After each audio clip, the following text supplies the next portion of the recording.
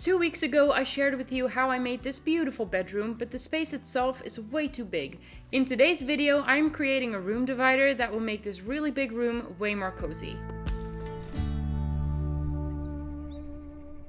See, this room divider that you see came with the house, and I don't actually hate it. The only problem is that it doesn't fit underneath the roof, so you have this little area where you can still see everything behind it, which is not really what I intended it to do. So I am going to build my own room divider that is actually going to follow that roof line, and then behind it we're going to build a cozy little reading nook. I have already taken all my measurements, so I'm going to go and get some supplies.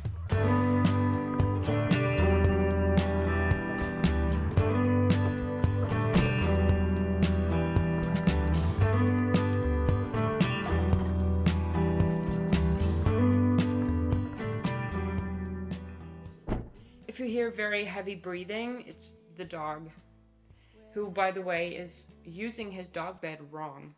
He is laying in it vertically. Anyway, I have measured the space upstairs, so the space between the wall and that big wooden beam, and that is about 245 centimeters wide.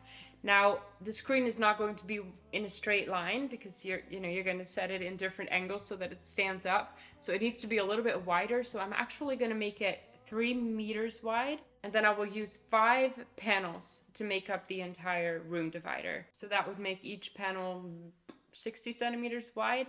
Then I'm going to put some fabric on it so that it actually is a closed off screen.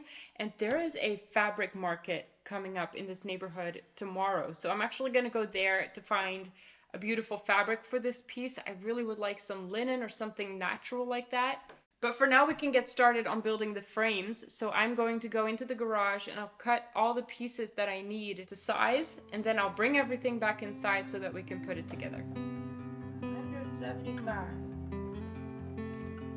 Okay, the garage is a mess, okay? Just ignore that. So this is 27. It doesn't matter what I've been through. I should grow up too, but I still act like I'm 11. I'm not emotionally sound since I left you. And no, I don't like to be the bad guy.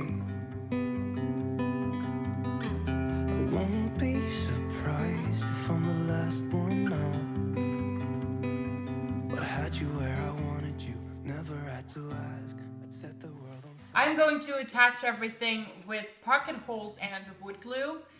But I do not want to be able to see the pocket holes when the whole thing is done. So I'm actually going to put them all on one side. Then I'm going to cover that with fabric.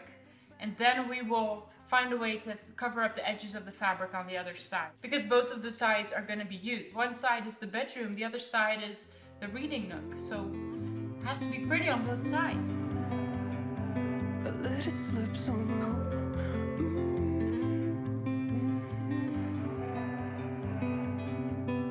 So this is 27. Start the music, kill the side. I started by building the first 3 frames so that I could take it all upstairs and determine where the angle on the other 2 had to start and end to follow that angle of the slanted roof, and that proved to be harder than it seemed. Did I mention that I really suck at doing corners and angles? I don't get it. My brain doesn't get it. So I messed up like 4 times, and then I picked the whole thing up and I brought it to the garage because that's where the miter saw is. So I was getting a little tired of walking back and forth all the time. So I brought it there and I taped everything to each other. I hope this still makes sense to you if I explain it.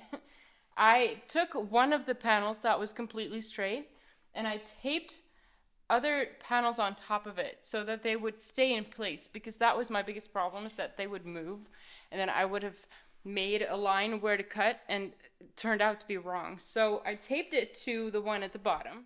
Then we've got the one with the small corner that's going at an angle, and then we've got the bigger one, and I just need to attach this piece to it, so that's gonna go here. And then I can take them apart, and then we'll have 3 panels, and I think that should be good. So they are taped together now because Of course, I went to the garage, but I didn't actually take the glue and the drill. So I took it back in here so that I can attach everything and finish it off. It most definitely does not sound very efficient, because it is not. But I think it worked. And if it works, it's not stupid. Right?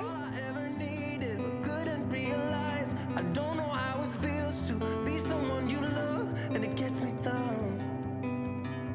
I let it slip somehow. Good morning. I'm a little disappointed. I went to that fabric market this morning, and it turns out that they had no fabrics at all.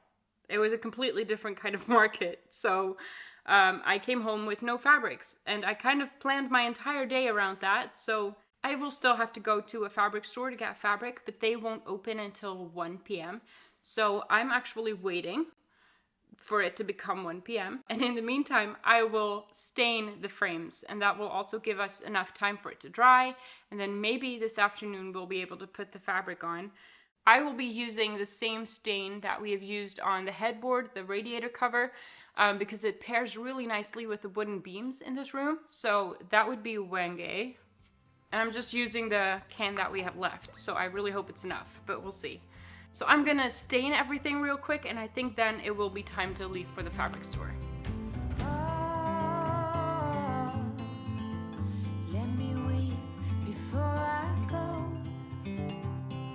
Oh, the price I will pay. Blaming myself all night. Leave no part of me unscathed when you rip me.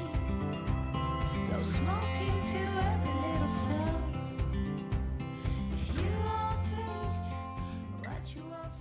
The fabric I got looks a little bit like linen. It is not, though. It's an off-white, and it's just a little bit sheer, just enough to let some light through but not be see-through. So I got 4 meters of this fabric. I think that should be enough. I laid the fabric out on the floor and then put the frames on top of it just so that I could loosely cut out the fabric around the frames. Then I laid the fabric on the top of the back side of the frames, so that would be the side with the pocket holes, and then just stapled them in.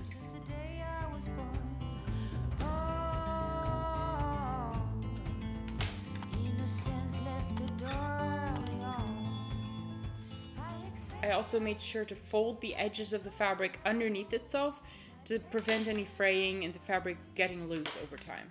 I found that the best way to do this is to start at the center of the bottom piece, staple it in, and then make my way up, putting a staple on each side one by one, every 20 or 30 centimeters or so. And then once I've gone around all the sides, I added more staples wherever I thought was needed.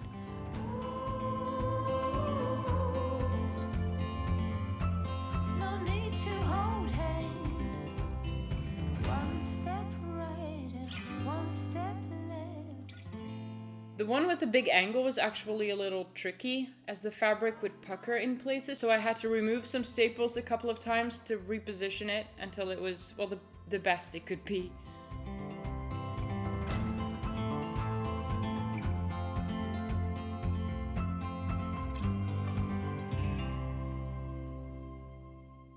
In my bedroom makeover, you have mostly seen this corner of the bedroom, but this room is actually ridiculously large.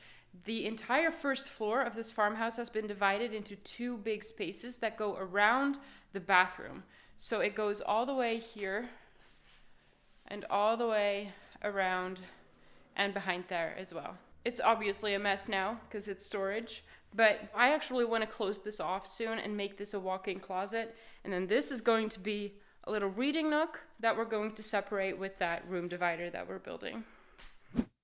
As I said, I want to cover up the edges of the fabric so that both sides of the room divider are finished off. So I got a very simple trim that's quite flat, so it wasn't too much of a detail. And I of course stained it in the same color as the rest of the wood. Then I used trim cutters, which are basically just magic scissors for wood, to cut the ends in neat angles, and then I put them on using staples in my nail gun.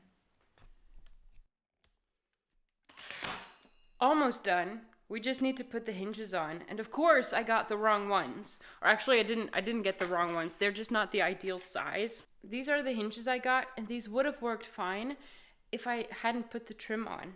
So when you put them together, I don't know if you can see, but Here, they work fine. But then on this one, where the trim is on the inside, the holes for the screws are actually going to go into that space between the trim. So I'm gonna try anyway, because I'm stubborn that way.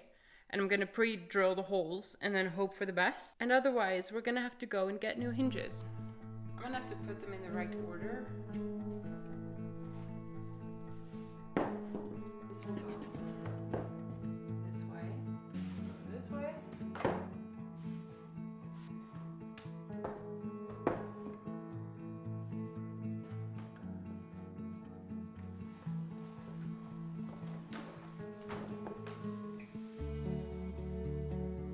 I'm gonna get the old one and see if I can use it as an example.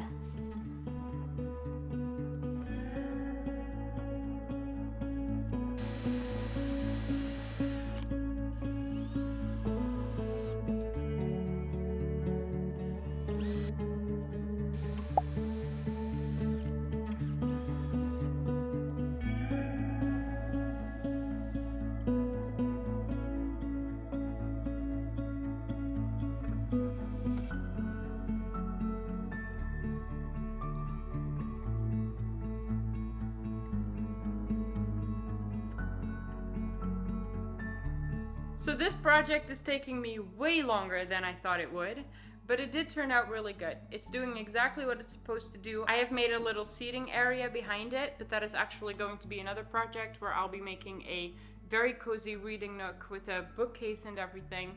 There's also going to be a gigantic walk-in closet, so stick around, subscribe if you haven't already so that you don't miss anything. And for now, thank you so much for watching, and I will see you next week.